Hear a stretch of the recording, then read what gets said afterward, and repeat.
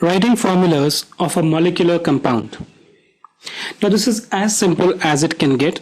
It's just that we have the tendency to complicate it. Now what will happen in compound? In compound, obviously there are two elements. Let me call them as E1 and E2. Okay. Both these elements would have their own valencies. Right?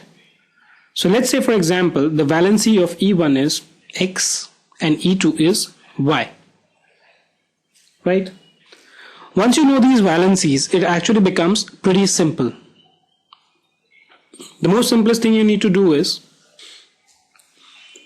you need to do something which is called crossovers. Right? So what does that mean? That basically means that whatever is the valency of E2 goes and sits as a subscript of E1,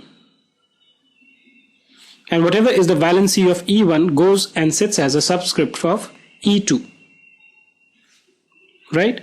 And the formula is basically written as E1Y, E2X. Right? Now this might be sounding a little complicated. Let's take an example and I will clear it for you. So let's talk about carbon monoxide. Okay? This might sound a little complicated, so let's take an example. So let's work out for carbon dioxide. We all know what's the formula of carbon dioxide? It's CO2, right? But how does it comes in? So there are two elements here. One is obviously carbon and the other one is oxygen, right? Carbon and oxygen. Do you know the valency of carbon? The valency of carbon is 4 and the valency of oxygen is 2, right? Then we do the crossovers. So what's the formula of carbon? It's C and here it is O. So C and then the crossover of the valency of oxygen. So C2, right? And oxygen is O and 4, right? But in this cases, if we see the subscript have a common divisor of 2. So we just divide this entire thing by 2. And what do we get? We get C, 2 divided by 2 gives you 1. O4, 4 divided by 2 gives you 2. C1 can again be written as CO2. That is what the formula of carbon dioxide is. Right? Let's take another example. And this time maybe let's take hydrogen sulfide.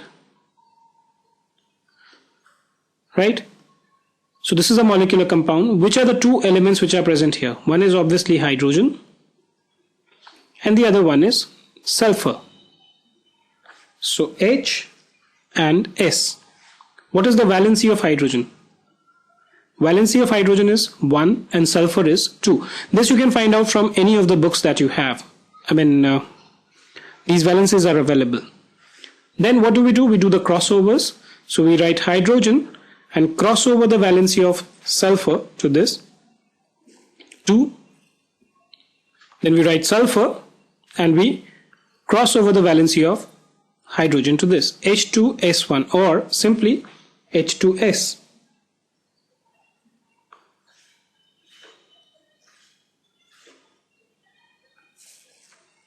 Right? You want to do one more? Okay, let's take hydrogen chloride. So which are the two elements which are there? Right? Come on, quickly, write on the first one. Written? No, it's hydrogen. And what's the formula of hydrogen? H. Chlorine. What's the formula of chlorine? Now come on, don't tell me that you don't know this. Quickly. Cl. Right? The valencies, obviously you might not have the table before you, but incidentally the valencies of both of these is 1 in each case. So when we write down the formula, we write HCl. We cross over the valency of this to this and this to this. So 1 comes with hydrogen and 1 comes with chlorine. Since we don't need to mention the subscripts specifically because H1 in any case means H, we can just write as HCl. right? That's how basically you form the formula for a molecular compound. I hope you would have had a good time understanding this. Thank you for being with us today.